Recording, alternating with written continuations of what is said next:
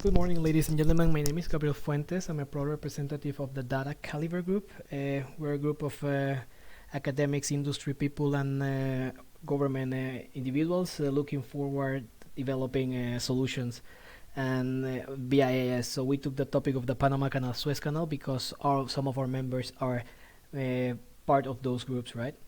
So we're going to cover today their motivation, the methodology we're going to use, the empirical results, and the conclusions. Uh, I do believe that the most important thing of this was about the people. I'd like to introduce our members: Hussein Ashry from Egypt and the Suez Canal Authority, Gabriel Fuentes in Norway from the Norwegian School of Economics, and then you got Javier Sánchez Galán, Rebeca Cáceres from Panama Canal Authority, and Javier Díaz, academic at the International Maritime University of Panama. This pandemic make us like do the things in new normals, but the same had happened otherwise because of the distance within our participants.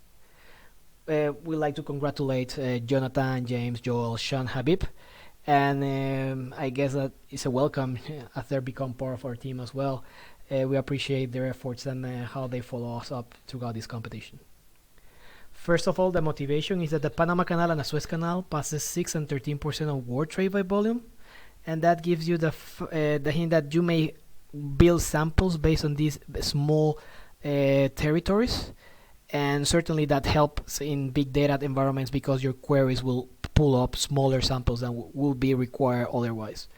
And we do believe there's a need for micro-level statistics on canal transit's performance, namely waiting and transit times, in the efforts of organizations for optimizing operations that could lead to boost in trade, increase in income and employment, that together with the United Nations Goal 8. Then the reducing inefficiencies helping in reducing emissions, United Nations Goal 13, by implementing real-time bookings for just-in-time arrivals. And then partnering with competitors that sometimes could be considered competitors, that could be the case of the canal, of both canals, and make allies to implement actions with the potential of having a global impact. So at a glance, the methodology that we use, first of all, we build on the transit prospects and reduce by a spatial join in the PySpark environment supplied by the competition. Then we classify vessels as valid if they pass very detailed polygons built for us for this competition. And we made use of DB-scan for recognizing anchoring patterns based on tidal stream information. And this was a shortcut, or at least a proxy, because our ideas was to build it based on, or at least the parameters based on random forests. Even though we build the random forest models, we ran out of time to include it as part of the algorithms. We made use of Kalman filters as well for frequency adjustments and missing position interpolation. And the most important algorithms, namely the Panama Canal and the Suez Canals, are built on Docker, so they can be easy deployed. Some other important aspects is that the vessel must prove to have passed important polygons and must prove complete anchoring sequences. So as this is a project that aims for micro-level statistics, it's more important to have accuracy in the data frequency rather than just like connecting points from long distances that would just give us the number of transit or such. At a glance, the methodology is like we pull out the information from the cluster that help us having a raw database that fits the random forest model and fit both of the Docker containers. The main difference between the Docker containers is that the Suez Canal algorithm works with DB-scan for route recognition, while the Panama Canal algorithm works with Kalman filter for interpolation sequences. When all the data gets concluded, it goes into a new database, and this new database connected with some other sources provide of specific information for this project. Just in a fast sequence, you can see how the construction is done and how the observations are taken. For instance, this one is the construction of the anchoring sequence. From here you can calculate the waiting times and how they perform. This one is particularly important. It's good to be explained. If you see in here, there are like incomplete sequences around the port lines crossing land. So what we did is like we make the sequences of positions to connect to a pre-existing route built for this occasion. That will help us in interpolating better the problem. So The same happen at the end. You interpolate from the end and you get the time out of the canal as well. Information that is all gathered. So the database looks something like this. We got a vessel information with IMO numbers. Then from the time anchoring in and time anchoring out, we can calculate the waiting times. And from the time at entrance and time out of canal, we can calculate the transit times. Note that we also have a column that calculates or identifies stoppages within the canal's transit, namely port visits or anchoring at inside the canal for further instructions. When we handled the random forest, the main idea, as I mentioned before, was to build a model that allows to calculate optimal, or at least make a good forecast on the parameters, in this name the epsilon parameters for the DB scan. So that's like forecasting how fast the vessel was supposed to move in a specific interval. And we built the random forest. It provides us with good results and valid results as well. For instance, the speed of a vessel around an anchorage in the Suez Canal is mostly explained by the vessel course. That's mostly obvious, but it's important that the draft ratio is also good, because that tells something about the exposure of the vessel either to wind or sea conditions. So directly on the empirical results, we were able to first identify how good the algorithm was performing. The information on the top is about the official statistics of the Suez Canal in this case, and the information at the bottom are the transits that we calculated from our algorithm. If you can see, they follow kind of similar trends, meaning that our algorithm is capable of collecting this type of trend, even though it's not collecting the full information. We have an accuracy from 63 to 86% throughout these calculations. It also allows us to calculate the Suez waiting time and transit time, information that is relevant in terms of generating new policies. For instance, like why those vessels wait so long before going through a transit situation that could be quite inefficient in terms of vessels going fast to a terminal and wait to transit when they could have like slow down and get just in time to transit while reducing emissions on the way.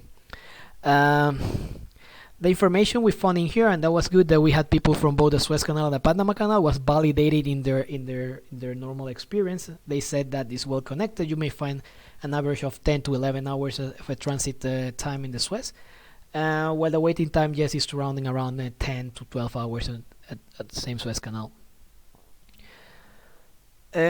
Now talking about the trade information, first we can follow up the transits covered by both the northbound and Suezbound. There is always evident the fact of the unbalance of trade. In here you see more vessels going in some periods in northbound, was others on southbound. The waiting time also is different. You see more northbound waiting time, meaning that they may have a longer queue for vessels going northbound than the vessels going southbound. When the World Health Organization declares the COVID pandemic, something that is curious to see is how is the decline on transits at the same time that the connection with the waiting times. Certainly when you have like a decline on transit, you have lower queues and the vessel has to wait less. What is important from this graph, even though everything is important, is the ratio of a draft. The draft ratio is a proxy of volume carried by a vessel. When we compare this information to trade statistics, mainly those supplied by the competition, we realize how well they perform together. For instance, the Saudi Arabia oil exports is very well connected to the northbound crude tankers a draft ratio measured at the Suez Canal, if you could follow. Very well connected. Now from the case of the Panama Canal, similar trends. We got something from 60 to 83% of accuracy from official statistics and the algorithm results. What we explained before, the same thing. Whenever the transits falls, in this case the World Health Organization pandemic declaration, also the waiting times declines based on lower queues. Another comparison of global trade at the picture at the bottom left compares the container ships draft ratio, meaning that if the vessel is fully loaded is 1, and compare it to China container exports, and you see like in some periods of time it does behave quite similarly, or at least on a similar fashion. Something curious to see as well is this area over here. Particularly in this area there was a declaration of the first lockdown on a cruise ship, and certainly immediately after the vessels start declining their operations, or at least the transits to the canal.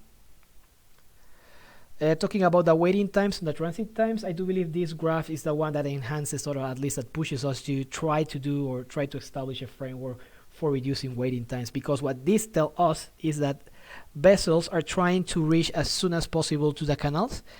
Because of their booking system, the vessels may find a spot available for them whenever is there, but the vessel needs to be at anchorage. But this type of policy promotes vessels speeding up or rushing to arrive and wait, meaning higher efficiencies on higher emissions on the way.